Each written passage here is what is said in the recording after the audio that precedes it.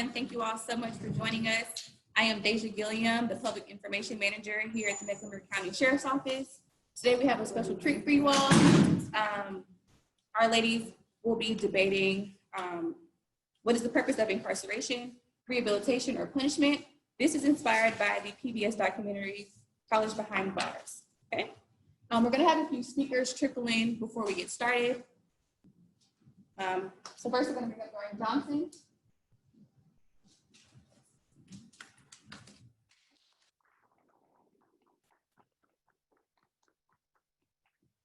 Good afternoon, everyone.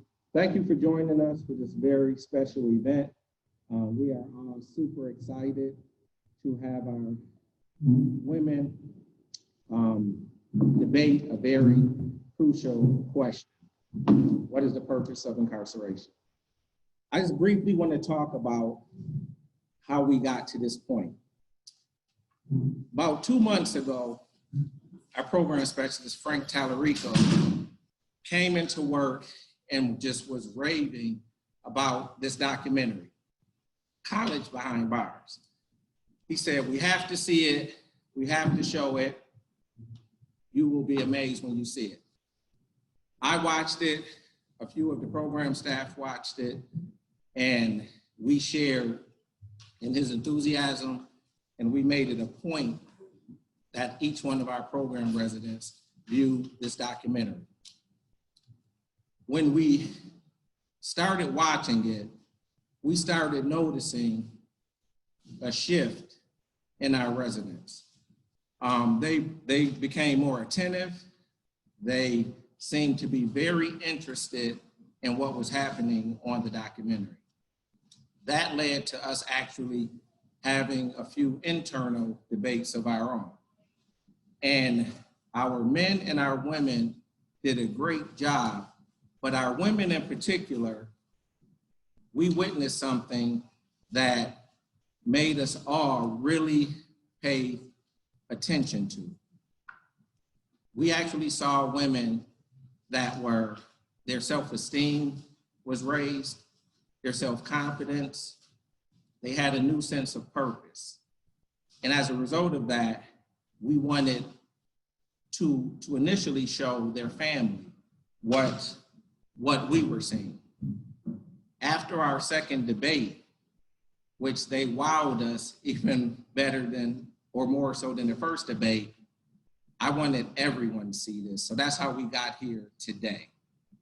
During the planning of this, we sent out a save the date, and Lynn Novick, one of the producers for the documentary, she reached out and contacted us, and since then have provided an enhancement to the documentary with Zoom calls with her team, and many of the BPI alums, which has done an incredible job in increasing all of our residents' attention to how they should be serving their time. Residents, staff alike were tremendously amazed at how the residents on the documentary was able to focus in that type of environment at the level that they did. And many of us who have been to college thought about going back to college because we were very impressed with what we saw on the documentary. So I want to say thank you to a few people.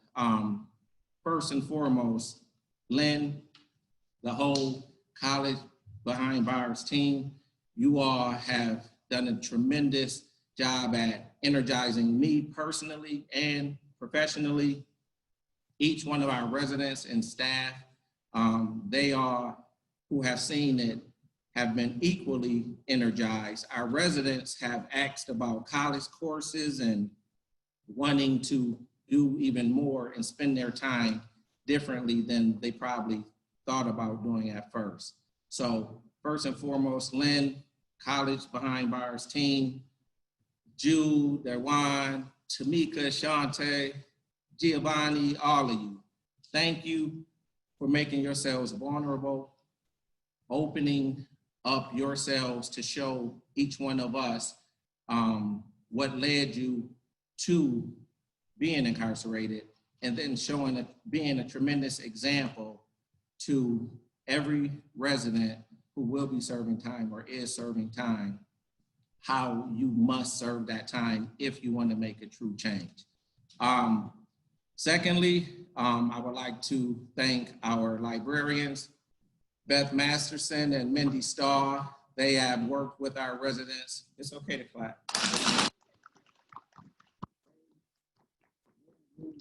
Tremendously with our residents and getting them prepared for what you will see today.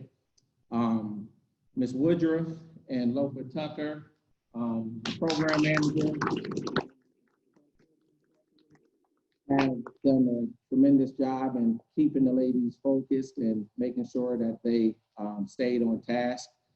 Dress for Success has dressed every one of the women from head to toe, and you will get a view of each one of them. You would not think that we're inside of a detention center when you see them. They look really beautiful. I want to thank our programs team. We have a number of staff here, program managers, our admin assistants, our program specialists. Each one of them have done a tremendous job in getting everything we needed to actually make this event occur. So I want to thank each one of you for doing that as well.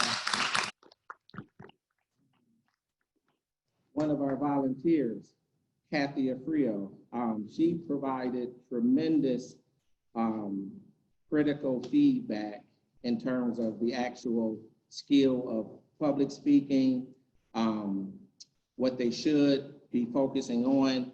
She worked with them over the last few days and gave critical feedback to each one of them.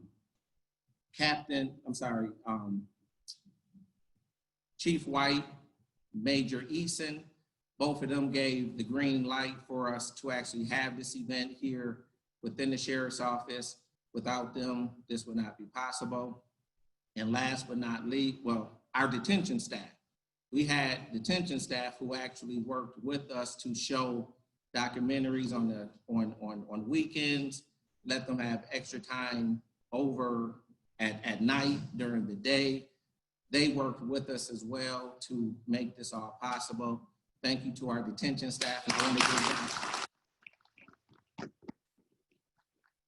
And last but not least, our sheriff. Since Sheriff McFadden has come in, we have had a tremendous amount of opportunity to do some things that is not traditional for a detention center setting. We have had career fairs where employers have come into the detention center to offer jobs to persons that are incarcerated here. We've had contact visits where residents can spend time hugging, talking, touching family members that they have not seen in a number of a long time. We have our residents who have, our program residents who have been taken out of jumpsuits and put into a polo shirt and khaki pants. They are no longer in the jumpsuit, to just give them a different sense of identity for who they are. And he has really brought the way we treat people, whether they're incarcerated or not, to the forefront, and has been a champion of that since he's come in. So Sheriff, I want to thank you.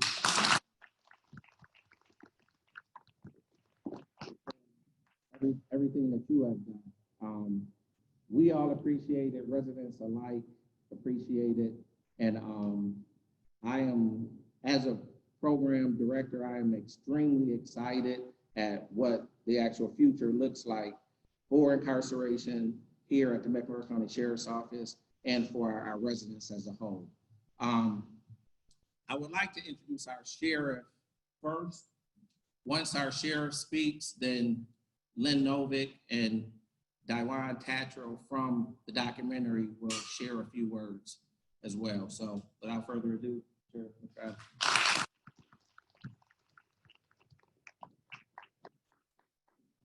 Thank you all. I'm going to remove this mess. I know somebody's going to talk about me, but I don't care right now. Anyway, I'm excited for my ladies. That is how I'm always going to classify them, as my ladies. And, you know, standing here, looking at them, they know that we don't get to spend as much time as we have been spending because of COVID-19. But as soon as I get back, they have already dogged me Friday. You know, dog me? Friday, I'm looking for, you know, Dove bacterial soap, panties, some all kinds of stuff. Because they got a list. I got the list as in pencil, so I can race it. No, I'm not going to race it. But we're happy. And so we want this to be something that we do more frequently. And I'm going to tell you today, I got 2 teams.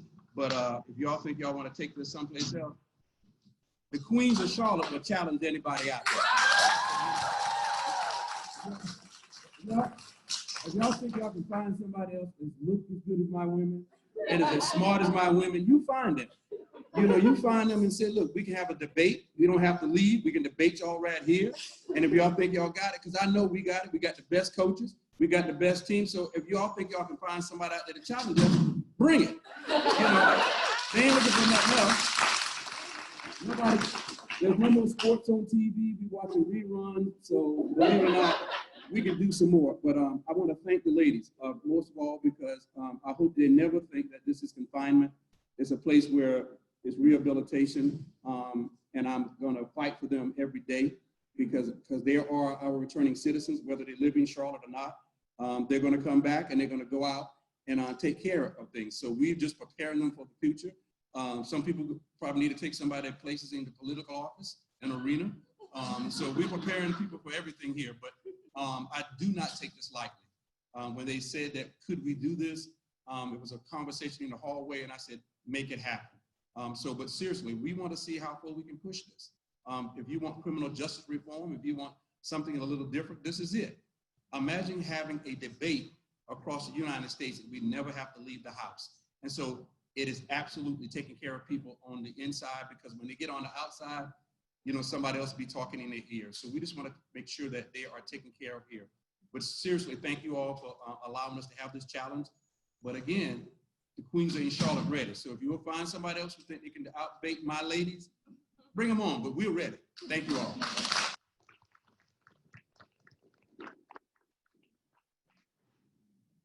Here, I'm going to be checking social media to see what's your challenge.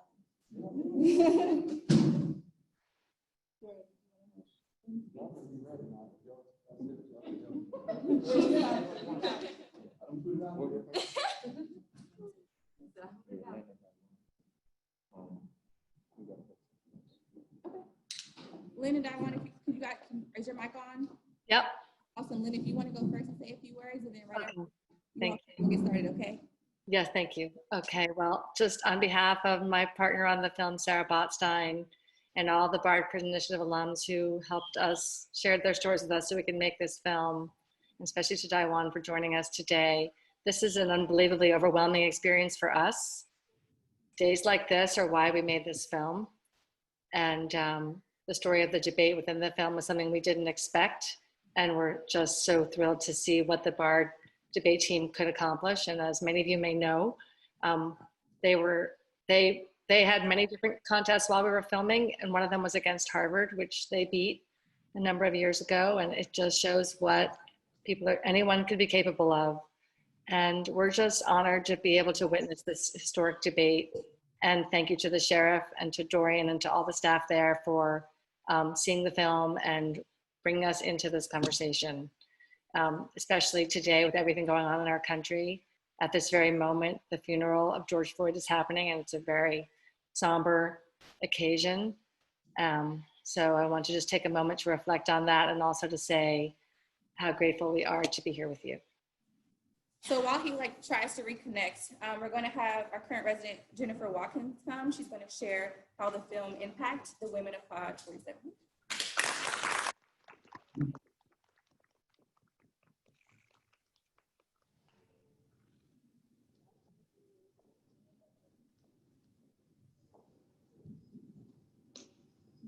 Good afternoon, ladies and gentlemen.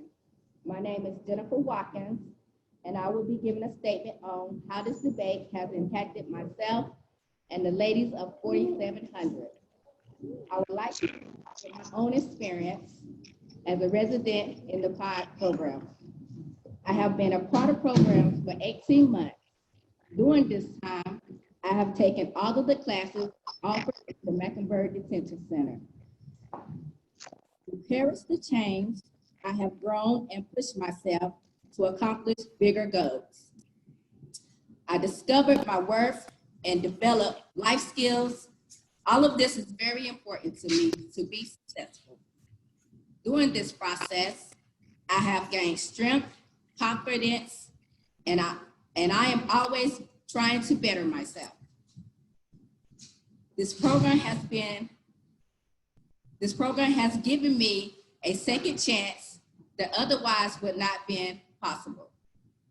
Since I have been incarcerated, I have lost my mother. It was a very devastating time for me. I was fed up and discouraged. I wanted to throw in the towel, but with help and support of my counselors and the staff, I've learned to grieve and cope. However, I stayed focused and positive. I made sure I spent my time productively.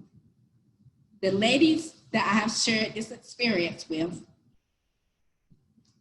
appreciate hard work and are dedicated. During this time, we have faced challenges but we have always come together and overcome our differences. We learn from the struggles to keep hope alive and continue to live our truth despite our flaws and failures. I'm sorry. We wake up together each day with courage. Every single lady feels very passionately about how this debate has impacted them. Like facing fears, knowledge, unity, and the biggest of all, public speaking. This journey has been a powerful moment of self-discovery for all of us. I would also like to give my gratitude to Ms. Officer Lynn for keeping me on my toes, Mrs. Barnes, who will always say, don't lose focus, Mrs. Tucker would say, I've grown and improved. Last but not least, Mrs. Norman for being my support on every word I'm saying. Pod 4700, I appreciate the opportunity, Mr. Johnson and the staff of Mecklenburg County Detention Center for letting us spread our wings. Thank you.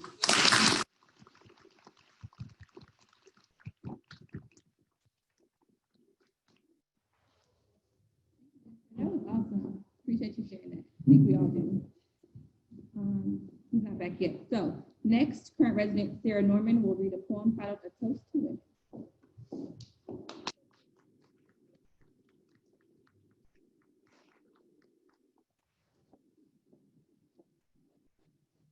My name is Sarah Norman, and this is a toast to women. She is an inspiration. She is dignity, she is courage, and she is strength. She can teach by her wisdom and lead by her grace. She's a warrior, she's a goddess, and she's everything in between. She is laughter, she is vibrant, and she always radiates life. She is real, she is tenderness, and she is hope.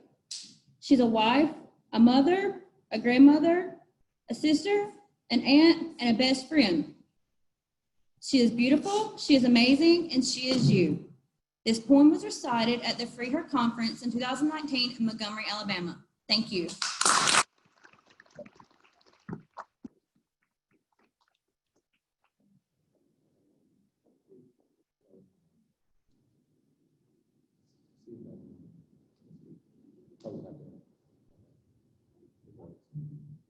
Thanks, Sarah. Appreciate that. All right. So now I'm going to introduce you all to our debaters. So the punishment team, right? Yes. Over there. So first we have Heather Westerfield. Next, the Hurricane, Brian Brownlee, and April Presley. Thank you.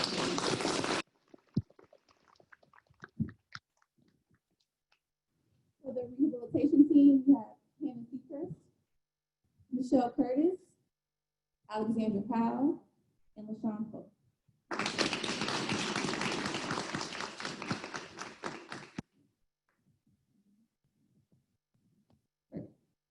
All right, you guys ready to debate?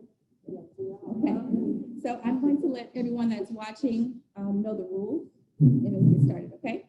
So each team will give an opening statement with a max of 9 minutes, okay? 9 minutes. After each team's opening statement, each side will provide a rebuttal with a max time of 5 minutes. We will break for 5 minutes, and each team will provide their closing statements after the break. During the 5-minute break, after the rebuttals, Director Johnson.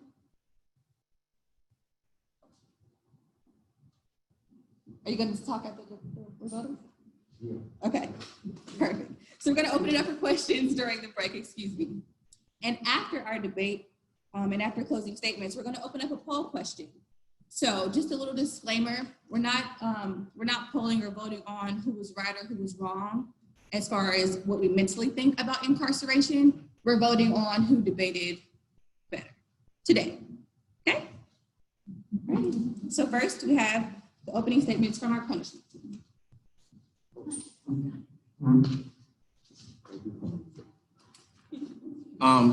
Just wanting to check the audio. Can everyone hear us? Wave your hand if you can hear us. You can't hear us. Okay. All right.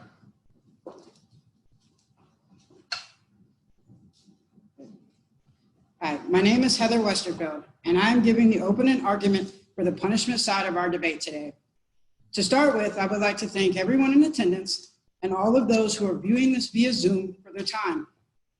The topic we are debating today is what is the purpose of incarceration?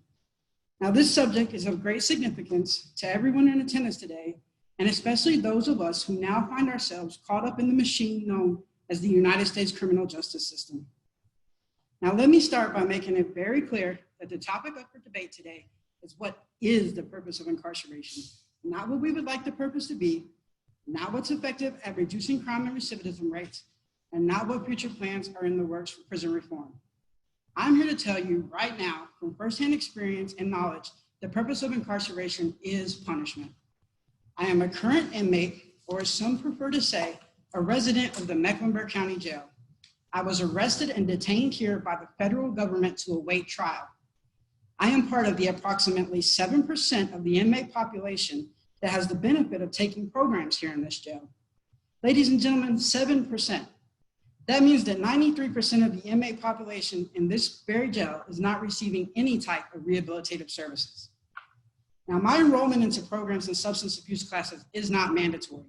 In fact, I seriously doubt that the U.S. District Attorney assigned to my case has any idea that I've completed a 6-week substance abuse course and I'm attending daily programs designed to help me be successful once I'm released.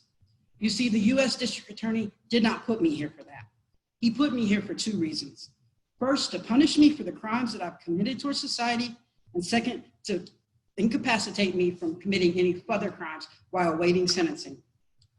Now, once I'm sentenced, I'll be shipped off to prison to serve out the length of my sentence, with the only requirement being that I serve 85% of my time without any behavioral issues. I am not required to take any programs or participate in any kind of treatment. Now, there may be some recommendations made and opportunities available, and I'll surely take advantage of them, but they are not mandatory.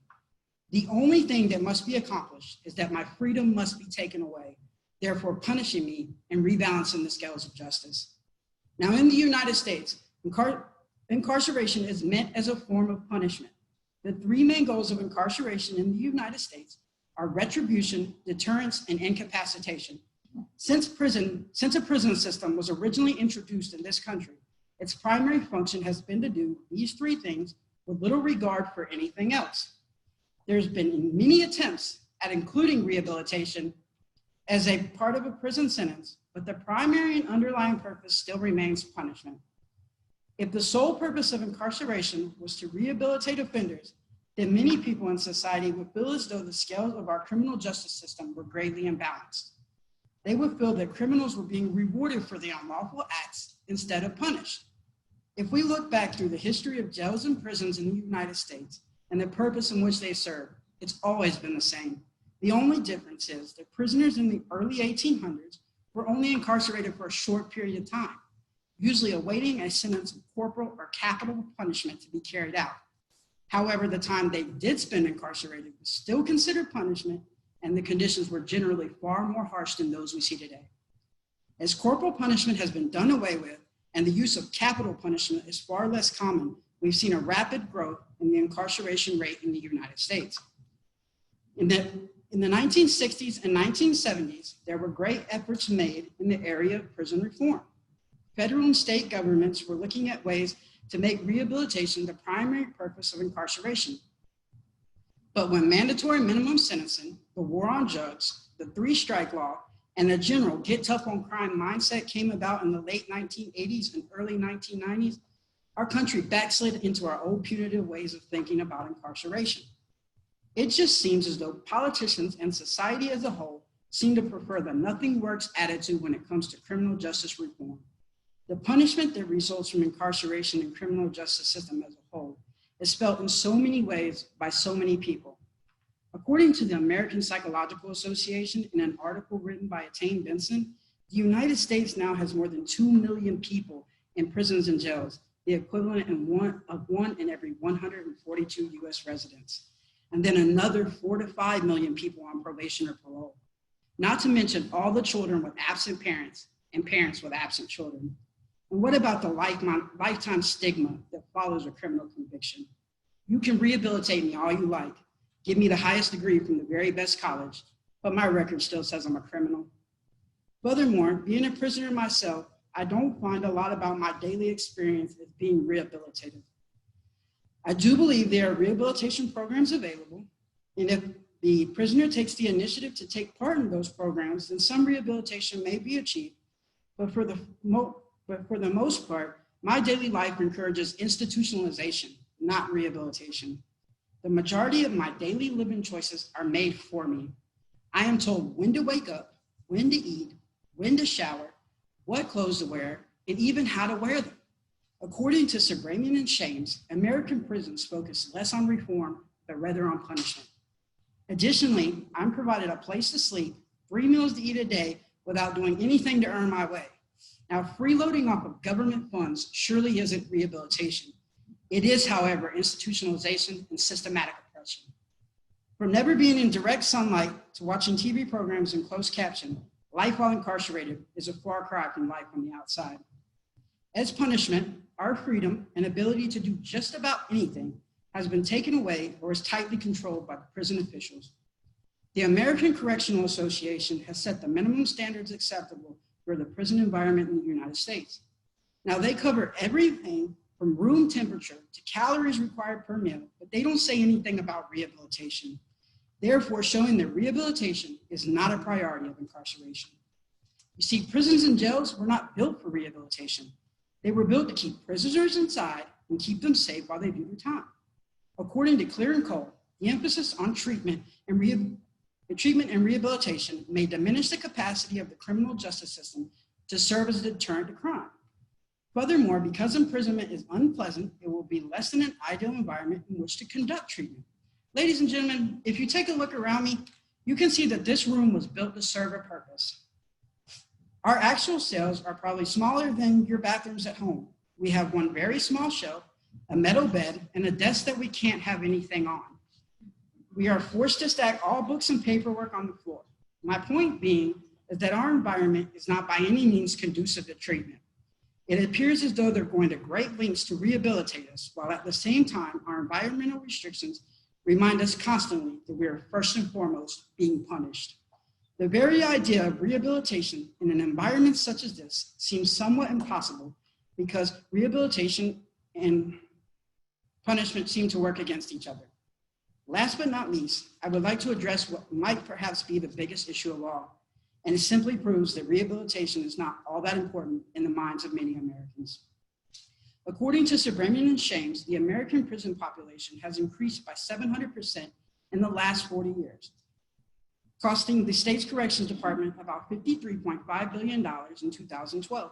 Now, in another article written by Wendy Erisman, approximately only 6% of correction spending is being used to pay for all prison programming, including educational programs. Furthermore, many prisons and jails have very few rehabilitative programs available, and they limit which offenders can take the programs. For example, violent offenders not being able to attend vocational training that involves sharp objects, or those prisoners with certain weapons violations not being eligible for the Federal First Step Act. The point being, there is always some type of political red tape involved. As a country, we can't seem to come together as to what needs to be done about our mass incarceration problem. Liberals say our current criminal justice system doesn't work because of lack of funding, and conservatives say treatment methods are dubious at best. Clearly, there's a lack of funding that eliminates rehabilitation as an option for many prisoners. On top of that, our criminal justice system that we have in place imposes a sentence based on the crime an individual has committed and not the rehabilitative services that they need. Perhaps the worst punishment we have of all is that once we're inside of these walls, we are silenced. Ladies and gentlemen, no matter who the winner is determined to be today, I sincerely hope that our voices have been heard, our pain has been felt, and our vision has been seen. That everyone in attendance will see what a broken system we have and realize that a broken system can't possibly fix broken people. I hope everyone hears about the plans being made to reform our criminal justice system, but realize the lack of funds and needed action to carry them out. And then I hope everyone remembers what a great man once said, a plan without action is merely a dream. Ladies and gentlemen, the criminal justice system we have here in the US is by no means a dream. What it is a criminal justice system built on retribution to ensure swift and sufficient punishment to offenders with little regard for any type of rehabilitation. Once again, thank you for your time.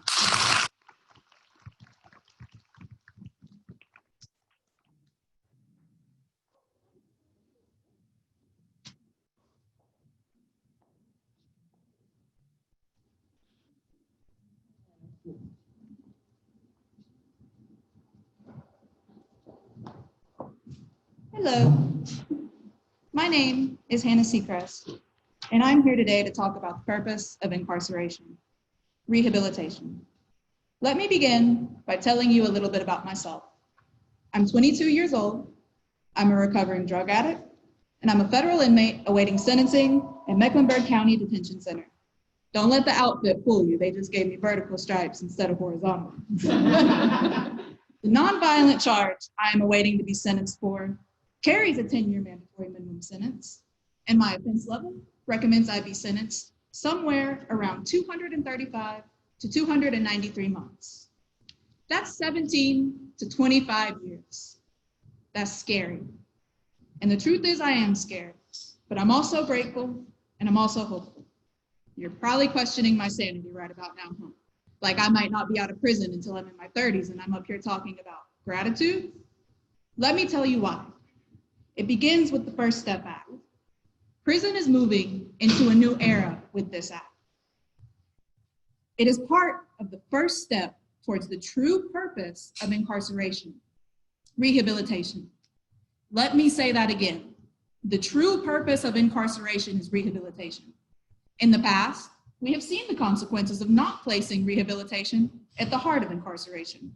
We failed offenders with a national 67% 5-year recidivism rate. We failed victims by releasing non-rehabilitated violent offenders. And we failed our communities by not providing post-release assistance and resources. All of that is changing through evidence-based recidivism reduction programs. To quote the First Step Act directly, the term evidence-based recidivism reduction program means a group or individual activity that has been shown by empirical evidence to reduce recidivism or is based on research indicating that it is likely to be effective in reducing recidivism. The Department of Justice published an article about prison reform where the Federal Bureau of Prisons showed that inmates who participated in correctional education programs had a 40% 33% lower recidivism rate. A reduction in sentence was also provided for people who completed these programs. We are designing a system to help people like me succeed by offering things such as cognitive behavioral treatment, substance abuse treatment, mentoring, victim impact classes, as well as civic engagement and reintegrative community services. Effective prison reform has depended on improvement of criminal justice policies that include crime prevention and sentencing policies, because it is much more effective for a person to want to stay away from crime than for a system to scare and punish them away from it. Corrections can generally be categorized into two sections: institutional and community. Whenever we think of incarceration, community corrections is often in the shadow of institutional corrections. I'm speaking now about all the people on probation, on parole, and living in halfway houses. The Department of Corrections is beginning to break down the barrier between institution and community. Prison is part of the community. Researchers in the offender reentry field have suggested that the best programs begin during incarceration and extend throughout the release and reintegration process. Communities are in turn developing areas that are not typically considered part of the criminal justice system, so that prisoners, probationers, and parolees can be diverted to intensive substance abuse programs, psychosocial counseling in the community, rather than being imprisoned. A lot of people coming to jail come from low-income areas, may lack education, or have pre-existing mental and physical health conditions with minimal access to adequate health services. Many of these individuals have slipped through the cracks of homeless shelters and community care centers, and they wind up behind bars. Did they deserve to be punished for that? No. If I told you that the reason for the first prisons ever built in the United States was rehabilitation, would you believe me? Well, guess what? That is exactly what I am telling you. In America, prisons were built as an alternative to punishment in the Enlightenment era. Prisons were conceived under the notion that they would provide discipline and rehabilitation. The thing is, ideas about rehabilitation and what it is have changed, whereas the original concept and structure for prisons has not.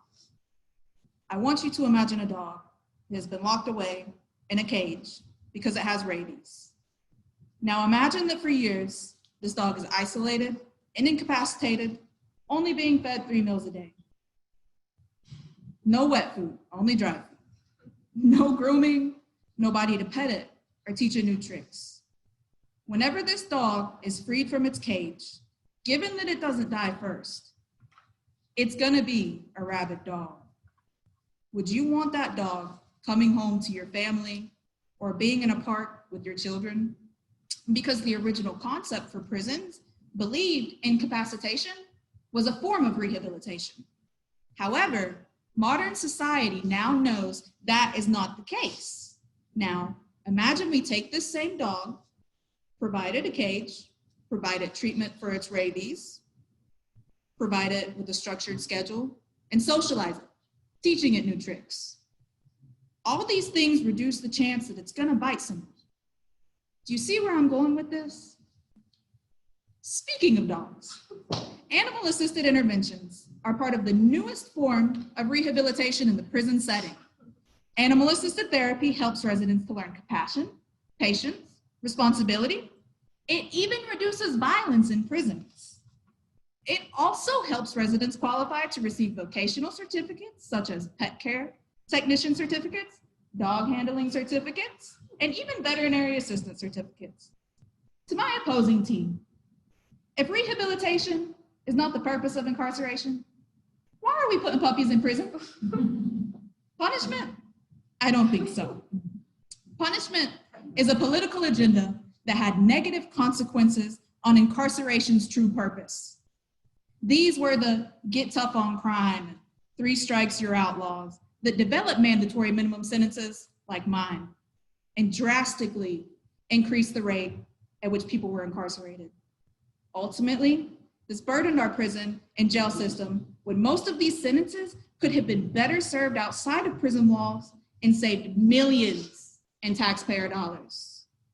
That is why prison reform policies are prioritizing reduction in sentence, improving prison conditions, decriminalizing mental illness, emphasizing treatment programs, and better representing female prisoners. As women, we comprise only 6.4% of adult inmates, but we're also the fastest growing inmate population. Our issues are often overlooked because we don't represent a large part of the population. I speak for every woman in this room when I say that we are survivors. We are survivors of domestic violence, survivors of addiction, survivors of sexual abuse, survivors of trauma. That is why trauma-informed care practices, as well as parenting classes, are an essential part of a woman's incarceration experience. Ladies and gentlemen, punishment is of the past. Rehabilitation is what is happening today, and it is our future. Thank you. Hello, ladies and gentlemen. Judges, are you ready? My name is Takara, and I will be reviewing for punishment today. Thank you for your time. Purpose, purpose, purpose should be the main focus of what we're talking about today. That is what the argument is about. It's what the purpose of incarceration is. We're not talking about dogs. We're talking about people. So when a dog is put in a cage, the dog is separated from its family. And when it roams, it goes back to the cage. You all spoke about some of the First Step Act programs, and I'd like to go over some of those qualifications. Yeah, the First Step Act is a great idea. Does a lot for those who had no background. But if you've done some things in life before, you are eliminated from that. With the First Step Act, it gives you some time off if you participate in programs. One of the programs that is the most popular that they speak about is the drug treatment program. For the drug treatment program, they call it RDAP, Residence Drug Abuse Program. In order for you to qualify for this program, you have to have at least 24 months remaining in your sentence, and that's with your good time. So if you're sitting here in Mecklenburg County, like a lot of us who are waiting to be transported or waiting for our court date, you may not make 24 months to get your time up or to get that treatment. Also with the First Step Act and this drug program that they advocate a lot for, the beds aren't available. There's a lot of availability that aren't qualifying for us as well. 2 out of 79 facilities with this RDAP program are only Spanish speaking. So what do we do for those of the Latino race? If you're not able to get into these programs that only 2 of those centers, then you don't qualify as well.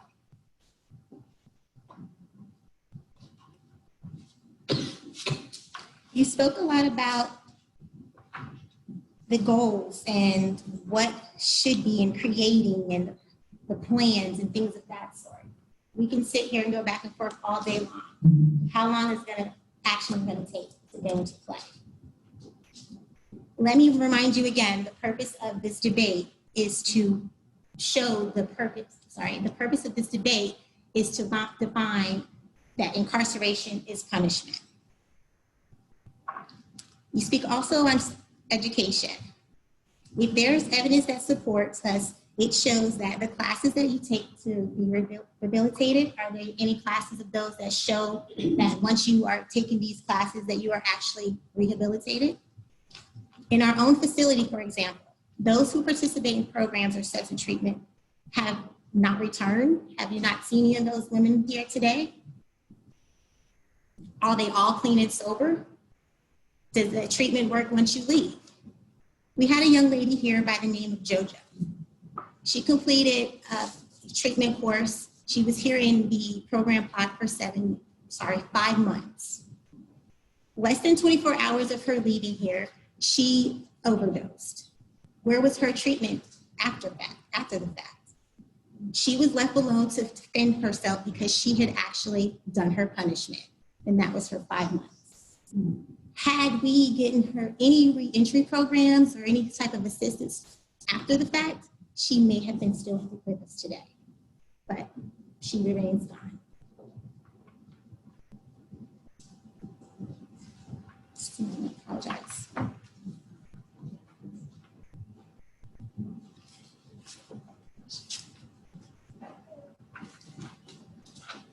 As far as the Federal Bureau and its ways of getting us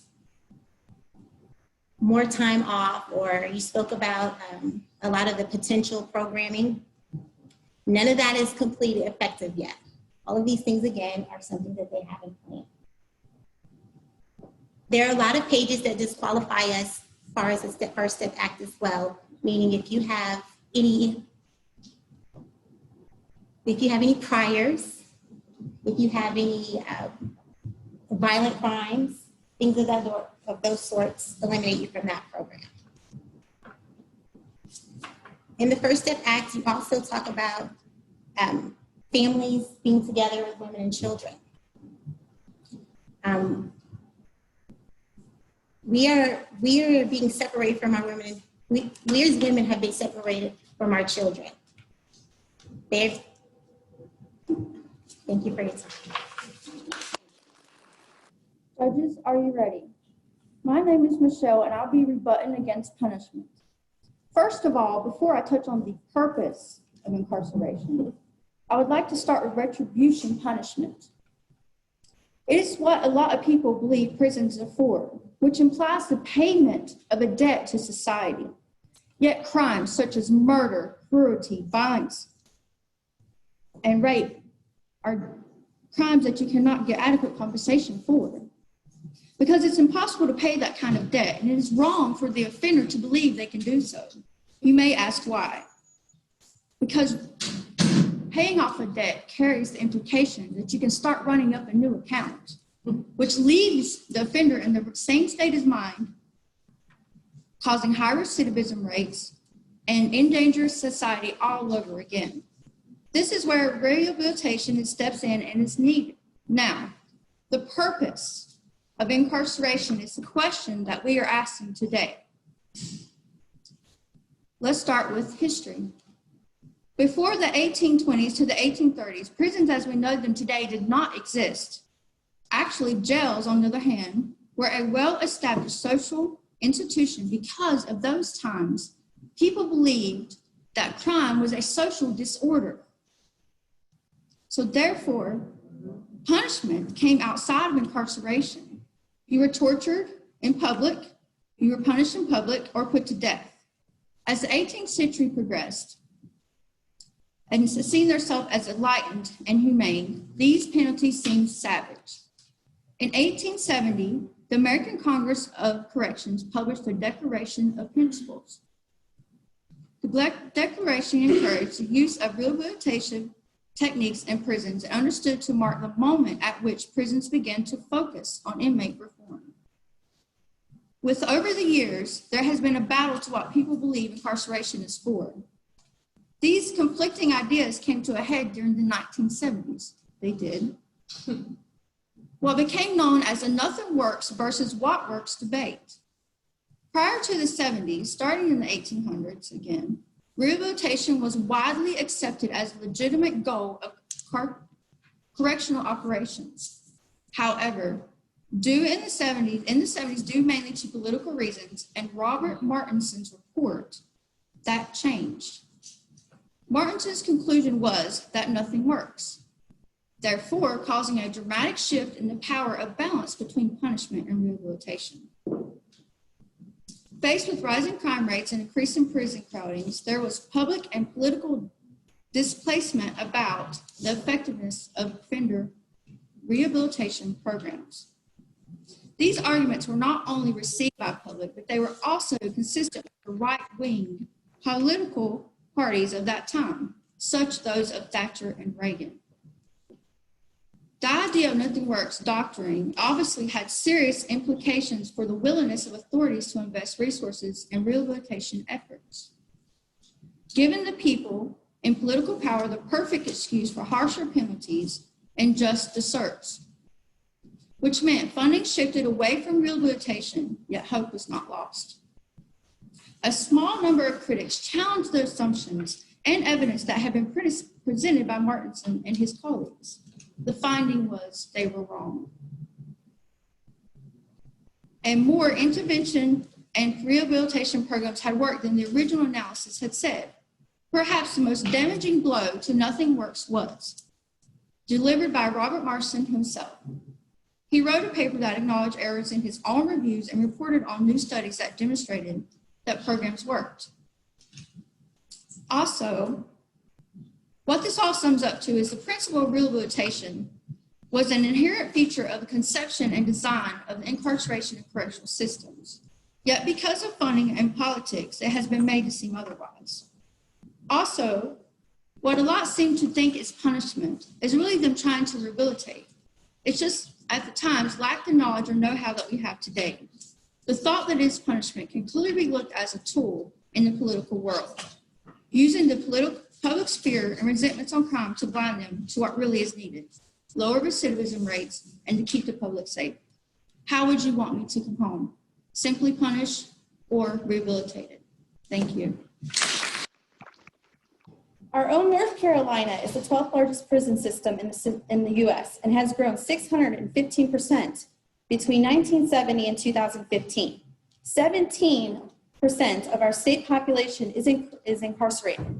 In 1978, there was 446 women incarcerated.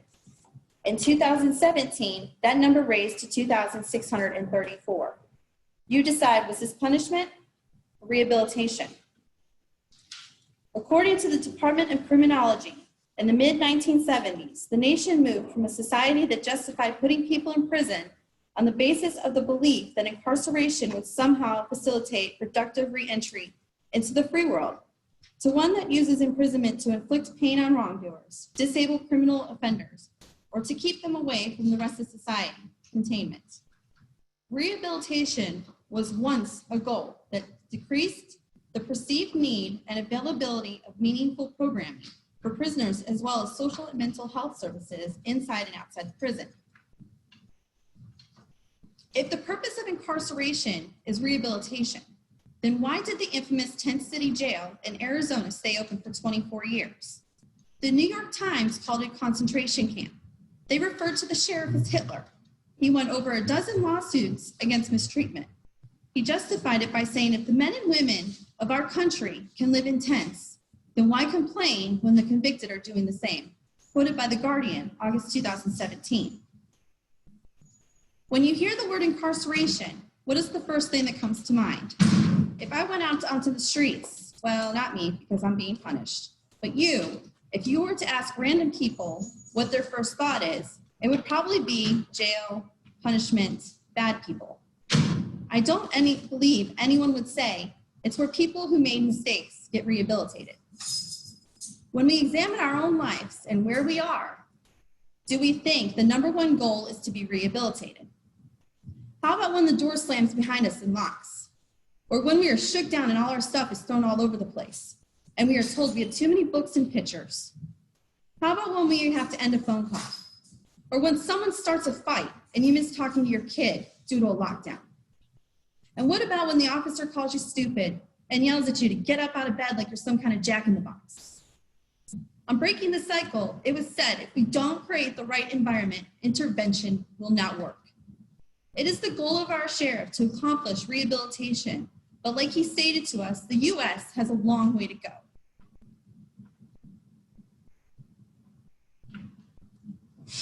Even though I am in this rehabilitated therapeutic pod, there is not a day that goes by where I am not reminded I am incarcerated. As we often hear, detention rules, safety, and security is first before programming. Programming is a privilege. If a rule is violated, you are removed. We see it in here, and we saw it on College Behind Bars. Furthermore, there are budget cuts. Programs will always go before safety and security. Examples of our daily punishment. My husband and children can't call me when they need me. When one is sick or scared, I can't physically comfort them. Countless milestones missed, high school graduation. obtaining their first driver's license? How about a sweet 16 birthday, or first steps or first words? According to the Introduction to Corrections, 7 out of 10 women that are incarcerated are the sole caregiver to their children. So our children are being raised by someone other than us, the moms. That's not punishment to us. That's not punishment to us or them. You answer that. To the judges and prosecutors out there, when you go through our past criminal history, do you ever stop and think that the offenders didn't fail, that it was the justice system that failed us?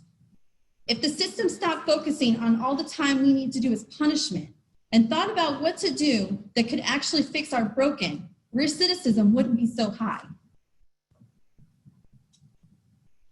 I want to thank you for allowing my voice to be heard today. No matter the winner, I stand here today and represent change. I will continue to use my voice to do that, just that. Thank you.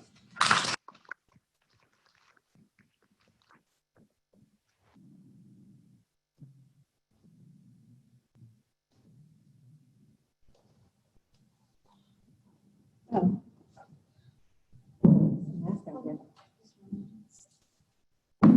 Hello, are the judges ready? Can you hear me? Okay. Hi, my name is Alexandra Powell, and today I'll be discussing more into depth how rehabilitation is the sole purpose of incarceration, not the only purpose. To begin, yes, I know we do have families. We are being taken away from our families. However, we broke the law. We did something wrong. We're not going to be able to stay home after we did something wrong. I've learned in life every action has a consequence, and a person's mindset and lack of necessities in their environment is an overall reason for why people are incarcerated. Not everyone has the life skills and mind to turn lemons into lemonade. And when I say that, I'm referring to people lacking life skills, financial stability, employment, suitable housing, mental health, drug treatment, and suitable education. Regardless of the crime, offenders are put in jail, prison, and juvenile facilities not to only rehabilitate themselves, but also if any victims are involved and the community. Community is important because people reflect based off their environment. Most low-income and poor populations consist of minorities, which is where most crime takes place.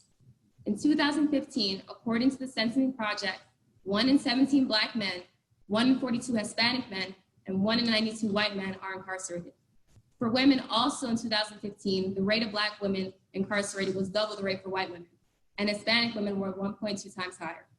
Society is not only failing these offenders, but the community is as well, which is why rehabilitation and reentry go hand in hand like the domino effect. No system is perfect, but without one, the other one cannot be successful. Being incarcerated gives inmates the skills to be able to join back into community with reentry programs provided. Rehabilitation just doesn't start and end in prison, but is carried out after someone is released. There are 3 phases to reentry programs. 1, programs that take place during incarceration, which aim to prepare offenders for eventual release. 95 out of 100 people incarcerated return to society. That's basically everyone. So giving classes such as technology career training, which is available to offenders in prison, gives them tools to maintain a career when released. Research also shows that inmates who participate in correctional education programs, such as the Second Chance Pell Pilot Program, gives people chances to get college educations and go to universities while incarcerated. A study by the Department of Policy Studies at the University of UCLA found that $1 million investment in incarceration will prevent about 350 crimes. With that same investment in correctional education, while someone's incarcerated, will prevent more than 600 crimes.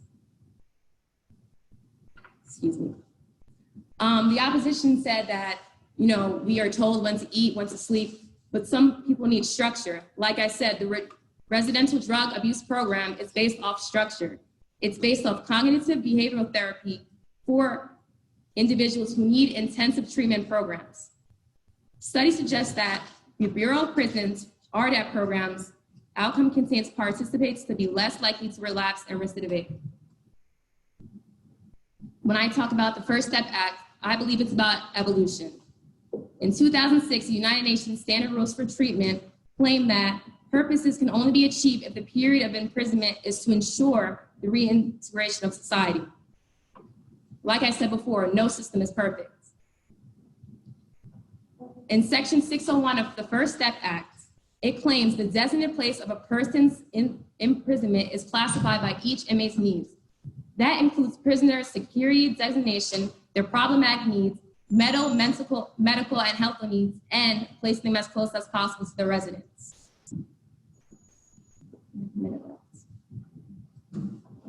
So I just want to conclude my thoughts by saying the United States is a very stingy country when it comes to money. We spend more money than any country on warfare equipment. We don't put that much money towards education. I know I'm $50,000 in debt for college. If we did, college would be free like it is in Canada. However, we do put up money into our prison system. Incarceration is a multi-million-dollar business. We know that. If the government didn't believe incarceration was rehabilitation, why would they invest so many funds and laws to create programs on the inside of prisons as well as the outside? Thank you.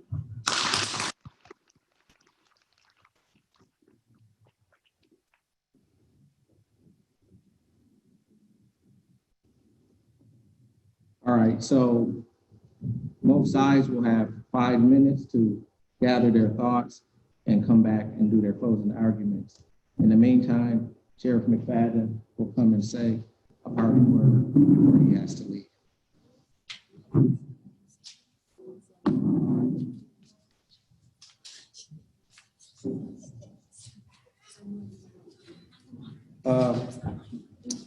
I'm going to have to leave because I have another meeting to attend at 2:30. But I want to thank my ladies for debating. I expected some, but I didn't expect all of this. You all should speak for the sheriff's office all the time and speak for yourself. But I am truly amazed. I am thankful for your time and your effort. But this has truly been a blessing to me and my soul. This is amazing to me. If I had to vote, it would be split down the middle. You all are fantastic. You all are great debaters. That's why we still are challenging anybody out there.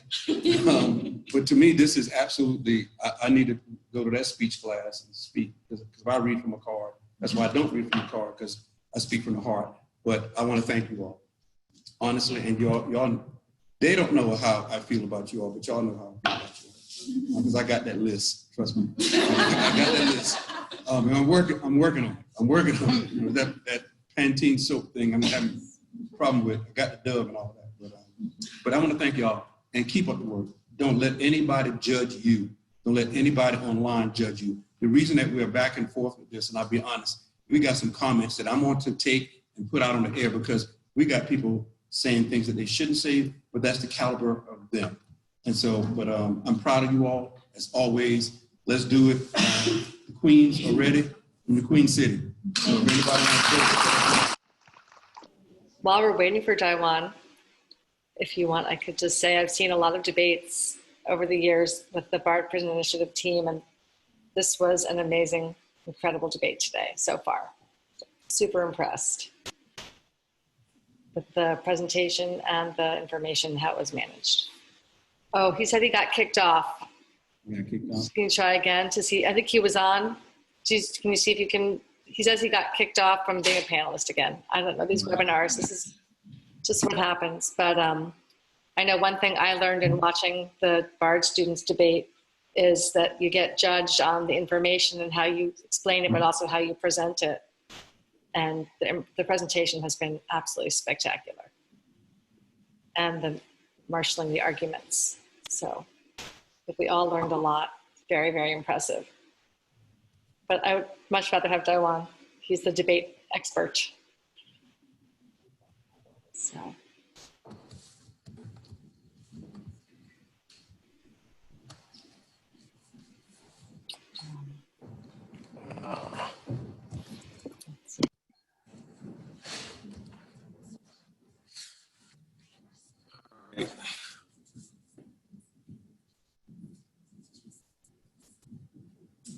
All right, we have been unable to get them back on, so we're going to try one more time at the very end. But we're going to go go on and move forward with our closing statements from each side. And we're going to start off with our punishment team.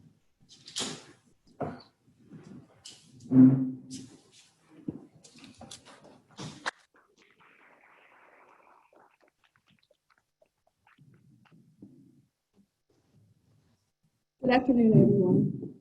My name is April Presley, and I am giving the closing argument for the punishment side of our debate today. I would like to thank everyone for their time. Ladies and gentlemen, everything my opponents have said today is definitely ideal, and we can all agree that rehabilitation should be the big picture. However, the fact remains that rehabilitation is not the model of our criminal justice system. Our criminal justice system is a fundamentally punitive system, and any type of rehabilitation is and has always been an additive to the primary function, which is to punish, punish, punish. The ideology of our criminal justice system has changed very little since the birth of our nation. The only difference is that we moved away from corporal and capital punishment to mass incarceration. I don't think there is a single person in attendance today that can honestly tell me that confining someone against their will and taking away their freedom is not punishment. No matter the rehabilitative services that may be offered while a person is incarcerated, the fact still remains that so many things have been taken away that cannot be given back. We can't get back time. We can't get back holidays and birthdays. We can't get back our baby's first steps or our daughter's college graduation. We can't get back our mother or father's last breath or being there to hold their hand when they pass. These moments you can never get back, and no program or class can never, ever replace lost time. Don't get me wrong, I am an advocate of and a recipient of transformation through learning, and I am grateful for the rehabilitation I am currently receiving at Mecklenburg County Detention Center. But let's be completely honest, I am among approximately 7% of programming residents within this facility.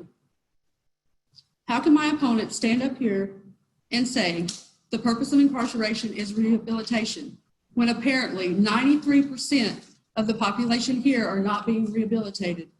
Or what about the fact that only 6% of correction spending is set aside for all prison programming, including all education? You can't switch up facts to suit a purpose, no matter how great that purpose may be.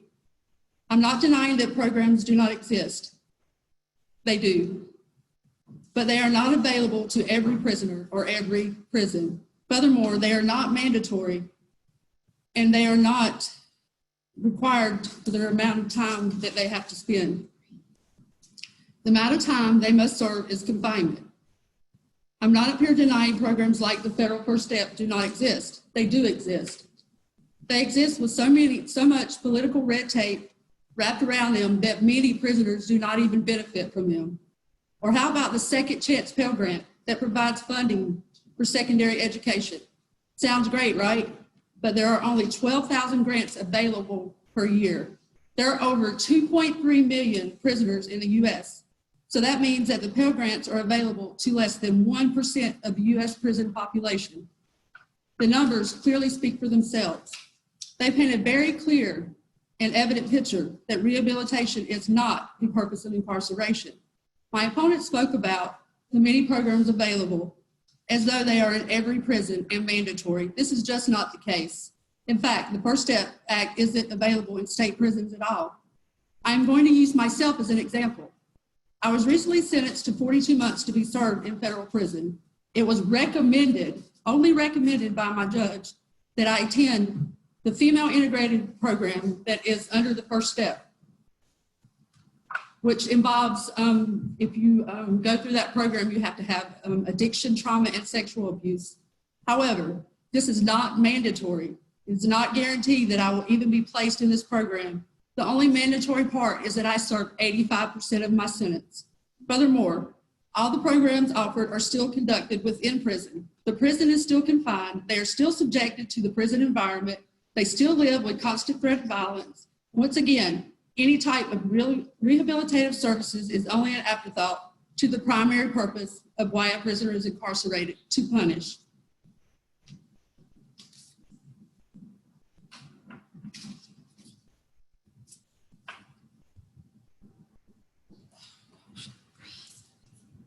With punishment being the primary purpose of incarceration, only thing that we could hope for is that rehabilitation becomes one of the main goals of punishment instead of retribution. I know many of those in attendance and those viewing this via Zoom may not, I cut off, right? Can I keep going? Can I just say what I want to say? Can I finish saying what I want to say for everybody? Yes. Okay. I know many of those in attendance and those being Zoom may not see it the way I do, but ladies and gentlemen, we live it. We can't walk out those doors and go home and hug our family or children. We can't do the things because our liberty has been taken away. Our liberty taken away through incarceration. Incarceration is punishment.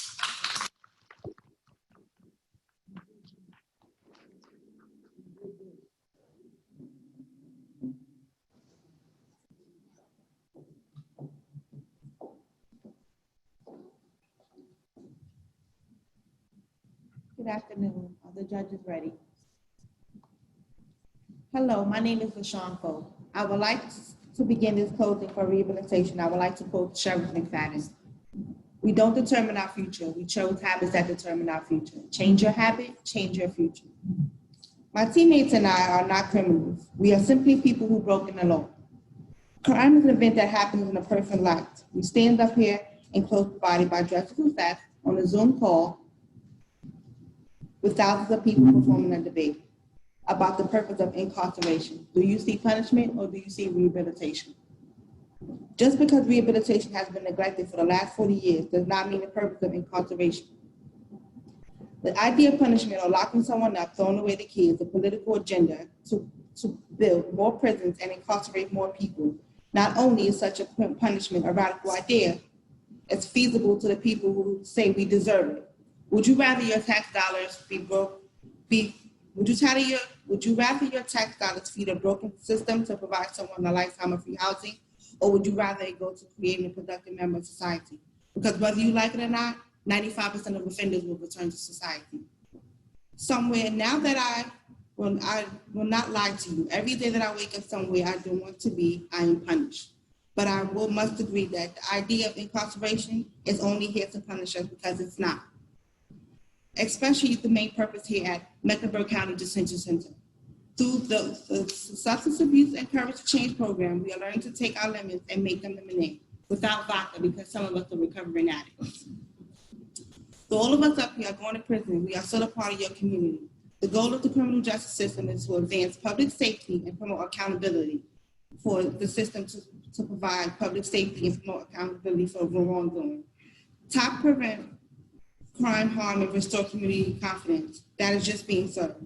This is being served by the education and training as well as substance abuse treatment. Services are critical in order to provide proper rehabilitation to offenders who reduce recidivism. The principle of rehabilitation was and is in the basic feature of the concept and design of the incarceration correctional facility. It is really a part of the foundation and purpose of incarceration.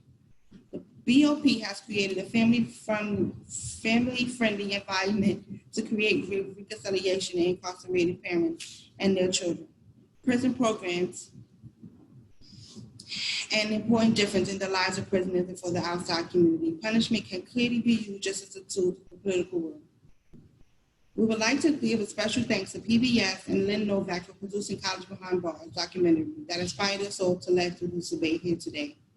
We would like to thank all of the by-prison incidents and their students, their graduates, Shanta and Tamika. It was amazing to get to meet you all. Without our essential program staff, Ms. Tucker, Ms. Carder, Ms. Vasquez, Ms. Woodruff, and Mr. Johnson, none of this would have been possible. We even got to interview our sheriff for this debate. To my opposing team, I must get the last word. Has this experience been rehabilitation or punishment?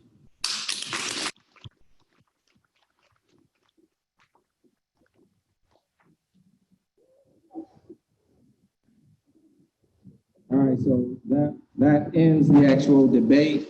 We will actually be putting a poll question up right now. So you will have approximately 2 to 3 minutes to weigh in as to who you actually believe won the debate. Hey, Dave, you put that. And in the meantime, while you're weighing your choice, we're going to hopefully hear from Daiwan to be able to say a few words. And the request was made that after this event is over, if Lynn and Daiwan could hang out a little while longer to talk to a few of the residents if possible. So, Daiwan, can we hear you? Can you? Yes. You hear me now? Okay, here we go. Thanks everyone for their patience with the technical issues on my hand. Despite those, I was able to see the entire debate and, you know, just, oh, wow, amazing. I saw some of the comments coming up remarking on, you know, how intelligent and articulate the debaters were. And I just want to take a moment to say that, you know, I am sure that all of the women were intelligent and articulate before being incarcerated, and that if they had, you know, adequate opportunities back in their communities, that they would never ended up being incarcerated. So debate is something that really changed my life and how I engage with the world. And this debate today just really showcased for me and highlighted again, you know, how powerful this is to public discourse, to see people get up and weigh two sides of an argument. There's two other things I just want to point out in terms of the debate, and especially because we have all these amazing women up there speaking, is that one of the things we didn't hear about are, one, collateral consequences when it comes to incarceration. I think this is particularly important when we're talking about women. 60% of the women incarcerated in this country are mothers, right? And so when we're talking about punishment, right, we should always remember that we're not only punishing the people who are incarcerated, that we're often punishing their families, that there are other people being hurt by carceral systems. And then another thing I just want to highlight today, second, is that, you know, since 1980, the incarceration rate for women has been twice that of men. So here we are in 2020, and the incarceration rate in this country is going down in general. For women, it is going up. And that is not because women are committing more crimes, but rather that is a function of policy. There are stiffer policies and penalties and laws in place that specifically target and incarcerate women. And so those are two things that just really stood out in the debate for me that I didn't hear, and I just wanted to highlight for everyone. But, you know, I thought the debate was amazing, and the second speaker for the proposition, I'm like in full debate mode. This is how I'm thinking about this. Really got down into kind of the details of, you know, everyday life in prison and how it's a disciplinary structure, and how, despite kind of what we say or think about prison, the way that it impacts the human being in that space moment to moment, you know, how you're treated, just, you know, being in a cell. And so, you know, this whole thing, I think today, on the one hand, makes me really happy to see this discourse and see people talking about these issues. And then on the other hand, to see, again, such intelligence in a carceral environment. You know, I think many of us on the line are sitting here thinking to ourselves right now, like, these women shouldn't be in prison, or they shouldn't be in jail. And I think that's 100% right.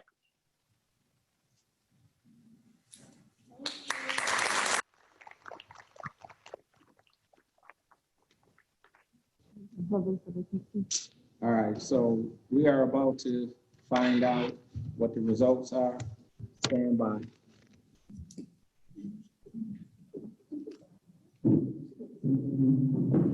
Oh, we got scooting chairs. Okay, I see it. Can you see it? Yep.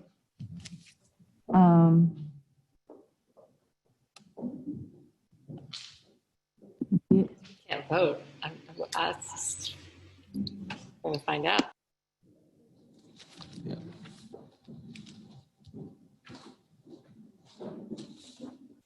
Okay, so it's very close, very close, 53 to 47%.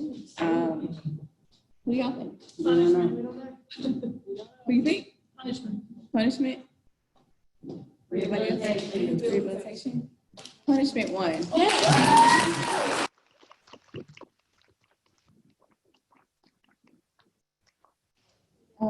All of you ladies are so awesome. I kept getting texts on my personal phone about how well spoken you all are.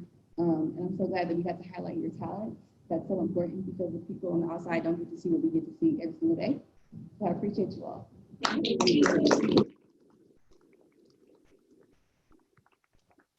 And I just wanted to thank everyone for joining and viewing and kind of, you know, really, really appreciating these ladies today.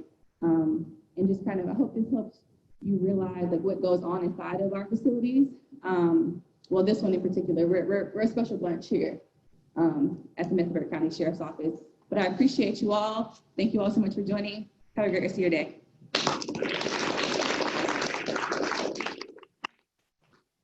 So Lynn and Iwan, if you could hang around, you have about 10 minutes, 15 minutes. Many of the women Absolutely would like to have Of course. few words with both of you. Thank you. We'll wait. Thank you both for I'm here. this extra time. Thank you for joining us. Can't capture in an hour what you all have really done for us here at the Sheriff's Office. Like I really can't put it into words. You have been, for about 2 months now, everyone has been talking about college behind bars. All of my friends, all of my family, all of their friends, all of their family, everyone Amazing. has been watching the documentary, learning about you all, and the whole conversation about incarceration has started to take place as a result of that documentary. So I really do appreciate both of you taking this time. And It's our privilege. We're so excited to be here. yeah. So.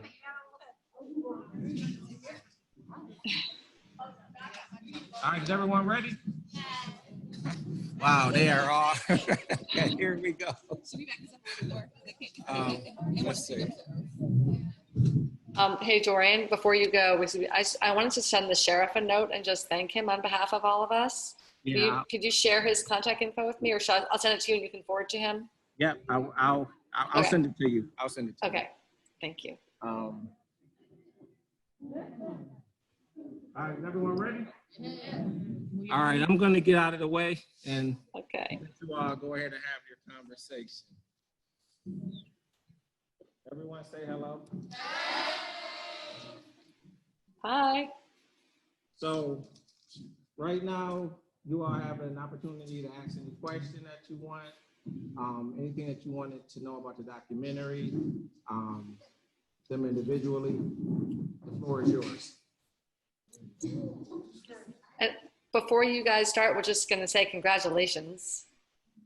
Really fantastic. Yeah. So impressive. Should just really take a bow. Yeah. Great job.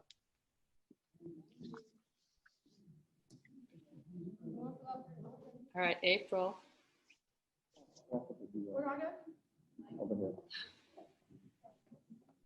Hi. So I just wanted to share with Dijon the documentary. We wrote letters for y'all and turned them in, and I'm a note taker, so I had wrote notes and notes and notes. And when I looked over my notes, so many of your quotes were in my notes from the documentary. And the one Thank you. that inspired me the most was when you talked about when you went into the classroom and when the teachers started teaching you, you realized how smart you were. So that like gave me a new inspiration, because I'm a little older and I got to do some prison time, and I'm a little worried about, my future. So I did the same thing. After I watched the documentary the next week, I looked around and at all the ladies that I'm surrounded with every day and realized how smart that we all are. So I just wanted you to know that it was really inspirational, and I thank you for taking the time to do it and share it with us. And yeah, no, thank you. And I just like you all to know that we got your letters, that, I've seen them, and thank you so very much. Meant a lot, not only to me, but also to, just other staff, people at BPI who you don't know, who have seen them and just remarked about how amazing they are. And April, I'll just say that, you say you're a little older and uncertain about your future. One of the things that you'll notice watching the documentary is that the students in BPI range from their early 20s to their late 50s, early 60s. And so at Bard College, we believe that education can happen at any age. And so it is never too late for you to get an education, to pick up some type of skill and go out into the world and be the best version of yourself.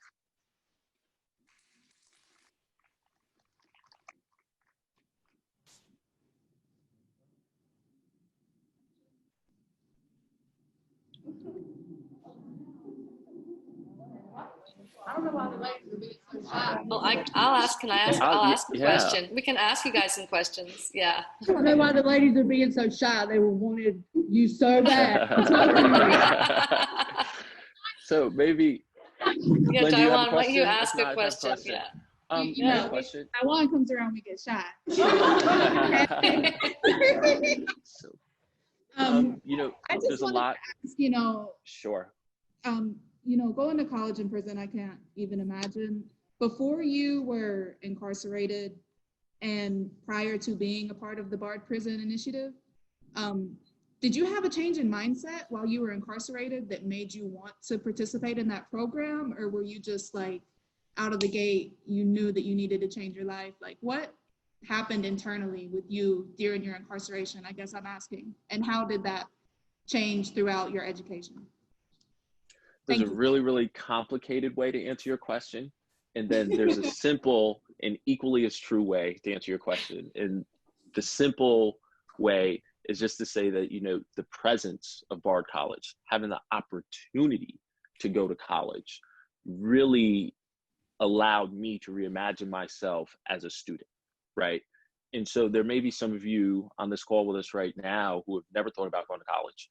But if there was a college happening in the facility that you are in right now, you would all of a sudden think like, oh, wow, maybe that's something I should do, right? And so the opportunity being available to me, that opportunity existing, allowed me to reimagine myself as a college student.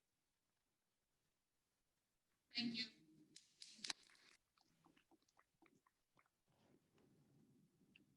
And so I was going to ask you guys a question, or you girls a question. There's a lot going on in the world, protests and everything around police brutality. How did that, the context in which this debate is happening, how did that change your thinking around the debate? Did it affect it? Did, you become more thoughtful?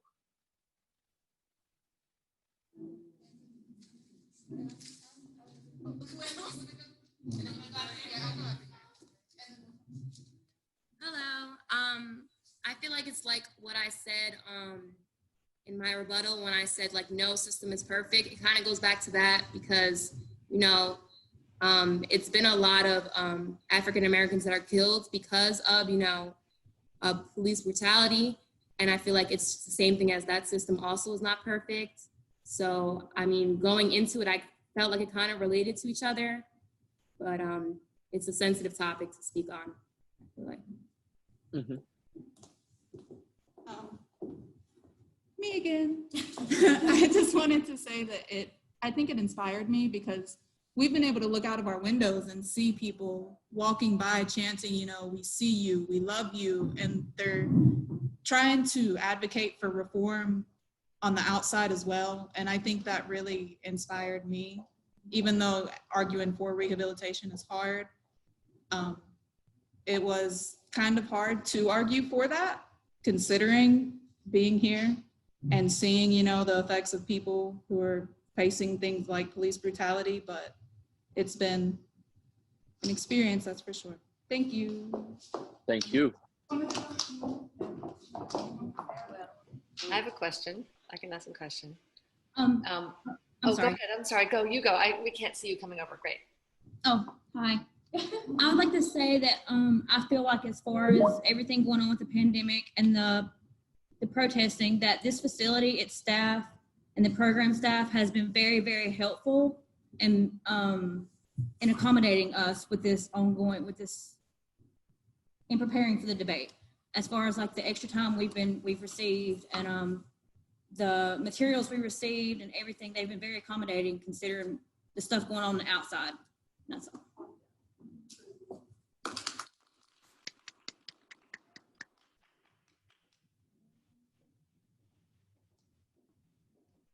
Returning, can you see me? We can hear you. The camera's pointing at the audience. So yeah, oh, that's great. Thank you. Now, Okay. I'm Yep. returning to the question in reference to the marching. By me being 52, I have really received an experience, and I'm from Washington, D.C., from a lot of levels. And me being an individual that I am, I have seen and experienced the nonviolence and the violence. But in America, when we had taken, to me, prayer out of the schools and prayer out of a lot of things, I think a lot of things in America have changed. And when we take it upon ourselves and be relinquished from being incarcerated, and I think when we go into being into society and realize that, yes, we are reformed, but we forget. And we need to go back into legislation and remind them, look, I just completed incarceration. I want to help. And I want to create laws of today of reform and rehabilitation. And that's what a lot of individuals do today. They forget and they become complacent.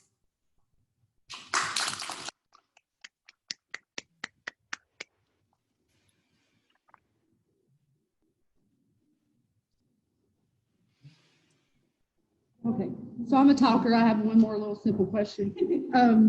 So I'm very passionate and about advocating and now public speaking and learning more about debate. My question for you, Jawan, I'm sorry, I can't pronounce your name correctly. How do you get over the nervousness? Do you have any pointers with that part? Time, experience, practice. You know, nervousness is something that you master like anything else. And so, and I'll also say that it never completely goes away. You know, we've been all over the country over the past year, just doing different events around the film. And, you know, we still get places today and are nervous going on stage or going on TV or going on the radio. And I tend to think nervousness is, you know, a good thing. It reminds me that, you know, I should be humble, but also that to take what I'm doing seriously, right? If me and Lynn are going on the Today Show, I should be nervous, right? I'm going to get on there and represent an issue that has impacted my community in a very serious way, right? And I should be nervous about how I do that, right? And so go ahead, be nervous, but despite being nervous, right? And this is an important part, despite being nervous, right? You did an amazing job today, right? And so I think that's the key. You know, I don't think you have to have one without the other. I don't think because you're nervous, you're not going to do a good job, right? You know, take the nervousness for what it is and still do a good job. Yeah, I agree. I always get nervous, and at least the more times I do things, once I start talking, it kind of goes away a little bit. The nervousness is mostly before or right at the beginning. And then I remember, oh, right, I know what to say, or I'll think of something, or whatever the context. Like once you're up there and you kind of get going, you realize also the audience is totally with you. So even if you don't say something right, or you wish you could say it over, you can always kind of say, I'm a little nervous, or, you know, bear with me here or something. And that just makes the audience, you know, lean in more. So it can be a strength as well.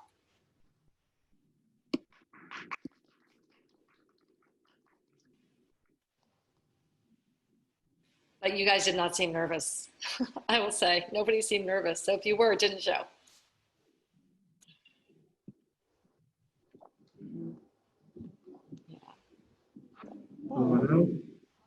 I have a question. If no, I can't see if someone coming up. No. Okay, my question is, the next project I'm going to work on is a history of crime and punishment in America going back to 1600.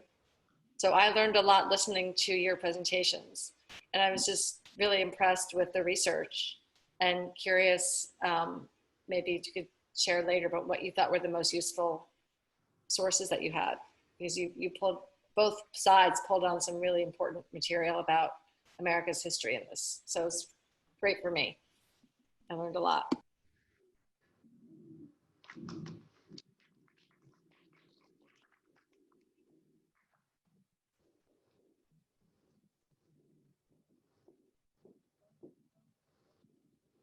Hi. So our resources were our librarians, Mrs. Masterson and Mrs. Stahl. We were unable to work in the library or even have the computers accessible to us. And we still seem to have gotten all the information that we needed thanks to them. We probably like drove them crazy with our many topics that we decided that we needed. And we had tons of paperwork. Sometimes it was so overwhelming, we didn't even know what to do with them, but it gave us all the information that we were provided today.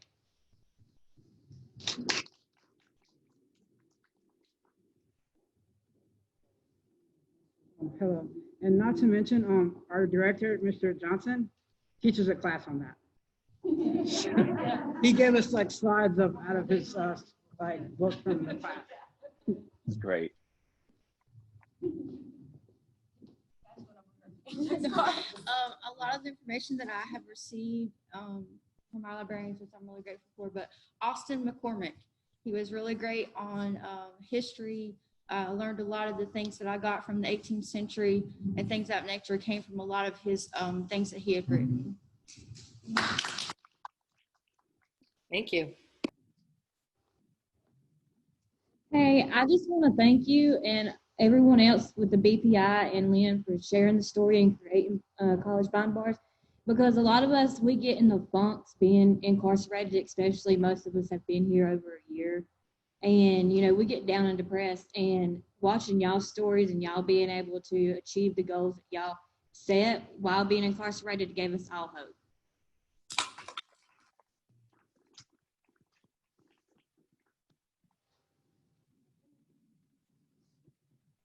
Yeah, and I think go ahead.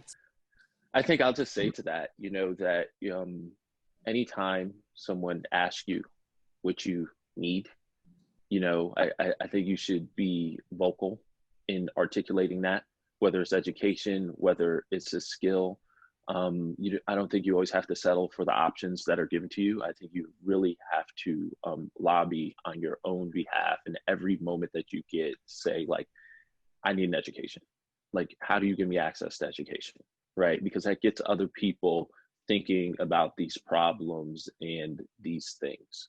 So don't ever suffer in silence. You all spoke so eloquently today about these issues in the debate. And so at every opportunity you have, you know, advocate for yourself and what you need to be the better version of yourself, to be the best version of yourself, to go back to your community, you know, to get the tools that you need to go back to your community and build really successful lives for yourself. So, you know, BPI gave me that. But I will say that, you know, one of the things that made the educational experience really, really profound for me, and I wasn't aware of this at the time, is that I spent a lot of time even in BPI advocating for what I needed to be successful, whether, you know, it was doing an applied senior project or having this specific class, whatever them things were, I had to advocate and lobby for myself. So you should constantly be doing just that to anyone who will listen.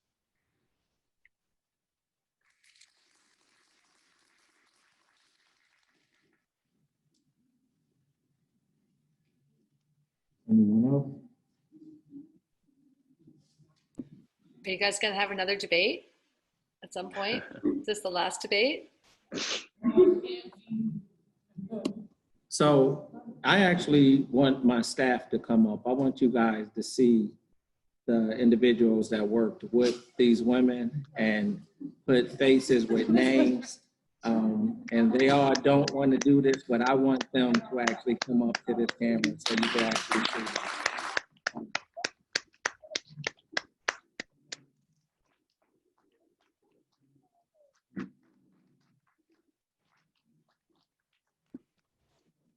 Thank you. Hi, my name is Mindy Stahl, and I work in the library. Oh, thank you. I'm Beth Masterson. I work in the library. Thank you too. Wonderful. Wow. Thank you.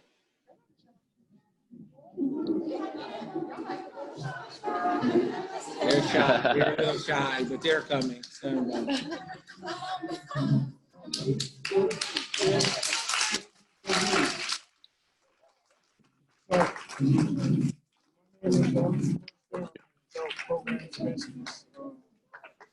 I work with both the men and the ladies. And I'm Frank Tellerico, Adult Program Specialist. I work with both as well. Frank is the one that introduced us to College Behind Bars. Oh, thank wow. you. Thank you. Thank you. I work with the women here and definitely very inspired by College Behind Bars. So thank you so much for everything. Thank you. Hi, I'm Kim Vasquez, and I work with the males and the Latino residents in here. Wow. Good afternoon, guys. My name is Joe Zaleski. I just want to thank you for everything that you've done thus far, giving these ladies the motivation and the hope. And just again, thank you for everything that you've done. Thank you. Hello, my name is Taria Bowers. I'm one of the administrative assistants here, and I really was inspired by your documentary as well. Hi, my name is Georgia Woodruff, and I am the adult program manager. And I too was inspired behind College and Behind Bars, and so happy and grateful that you have shared your knowledge and wisdom and time with not only the women, but all of us in 4700.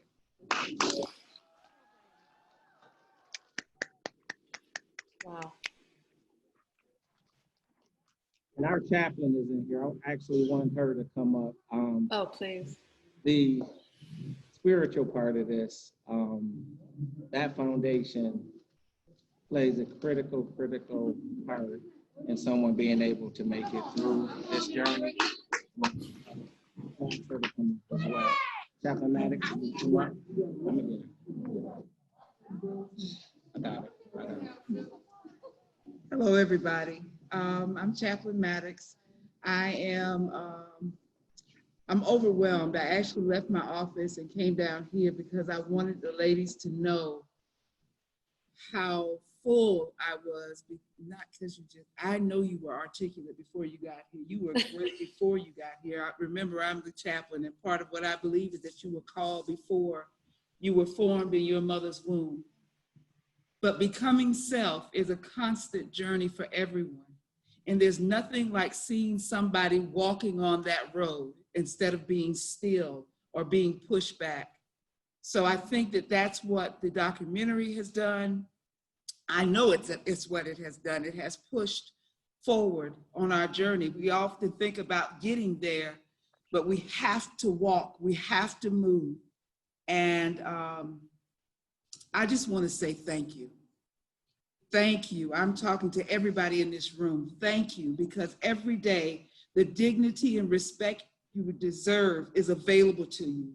All you have to do is, as the gentleman said, you stand up and take it. You ask for it. You demand it in your life. He's not just talking about standing up here. He's talking about standing up everywhere. If you don't do it, someone else will do it for you. You do it. Amen. Thank you. Thank you. Wow. And last but definitely not least, the one who spends the majority of the time with the resident is, I'll let her introduce herself.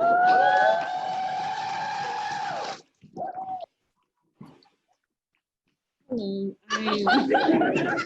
I'm Detention Officer Woody Isaac, and I am super proud of these women in here. We spend a lot of time together. Sometimes we're struggling, but you know, everything they go through, they have support from us, myself and the other program officers. We go through it with them, and we're so excited for them. I'm super proud. Wow.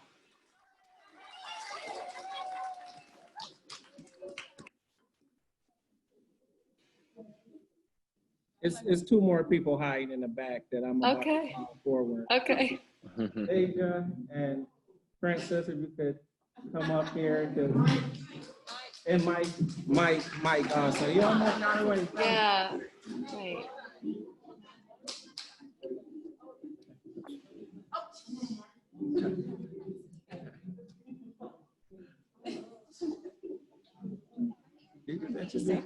Hi there, Deja Gilliam. I'm the public information manager here. I think, Lynn, that's you and I were speaking via Twitter DM. So thank you so much for. Exactly. I only opened up the DMs for you. So you're pretty important. Thank you so much for doing this. So I'm in charge of making sure that this is seen to the world. So I really, really appreciate you all. Thank you. Wow, thank you. Thank you. Thank you, really.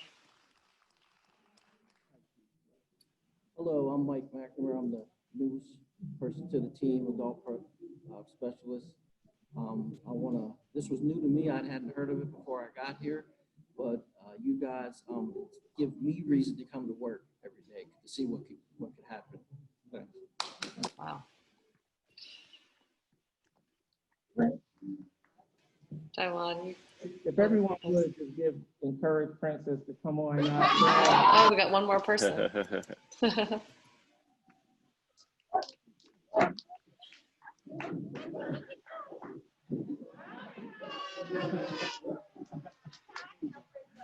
Hi, my name is Princess, and I do the graphic, and I just think this whole thing is really a wonderful, amazing for all these ladies. Thank you. Thank you. Thank you. Miss Princess is the one that created our flyer, and Oh, great. So she did all the graphics for us. So great. I know you all probably have a million things to do, and again, I just am so appreciative of all of the time you all have given endlessly. We so much appreciate it. We are impacted beyond words. Very thankful. This work will go a long way. Many, many people will see this here at the Sheriff's Office going forward. We will plant this seed in as many people as we're allowed to, so as long as I'm here. So thank you both. Daiwan, what you demonstrated on that documentary, the laser focus, attention to recreating yourself. For me, the scene that stood out to me was that telephone call between you and your brother. That conversation is something that I will use going forward of showing a change in mindset. Two brothers come from the same environment, did time in prison, and by sheer decisions, there was a difference in how a person used that time and what happened as a result of making certain choices. I hope he's doing better now that you're out there with him. I do hope that you have been able to have some sort of impact and influence and encouragement for him, but what you did is what stands out to everyone. So appreciate it. Thank you very much. Thank you. Thank you. This was amazing. We're so grateful. It's amazing. Thank you all. Yeah, we will never forget this day, and we look forward to many more conversations and events in the future. All of the debaters, congratulations and good luck. One last question for Daiwan. They asked if you received your doctorate. Oh, no. I have an associate's and a bachelor's from Bard College. I haven't gone to graduate school. I haven't gone to graduate school. That Bard bachelor's degree is like a master's degree in a lot of other places. It's a 100-page paper, 80-page paper. That's true. Year-long project, so. Okay, one last question. It's fine. They're asking, has any other sheriff's office, law enforcement agency, community, or jail done what we have here? And not that we know of. No, not that we know of. I will say that we've done some screenings in prisons on the West Coast and also here in New York State and in the Midwest. And anytime we do any type of event in this context, they're always the most powerful and impactful. But no one else, we haven't done anything quite like this.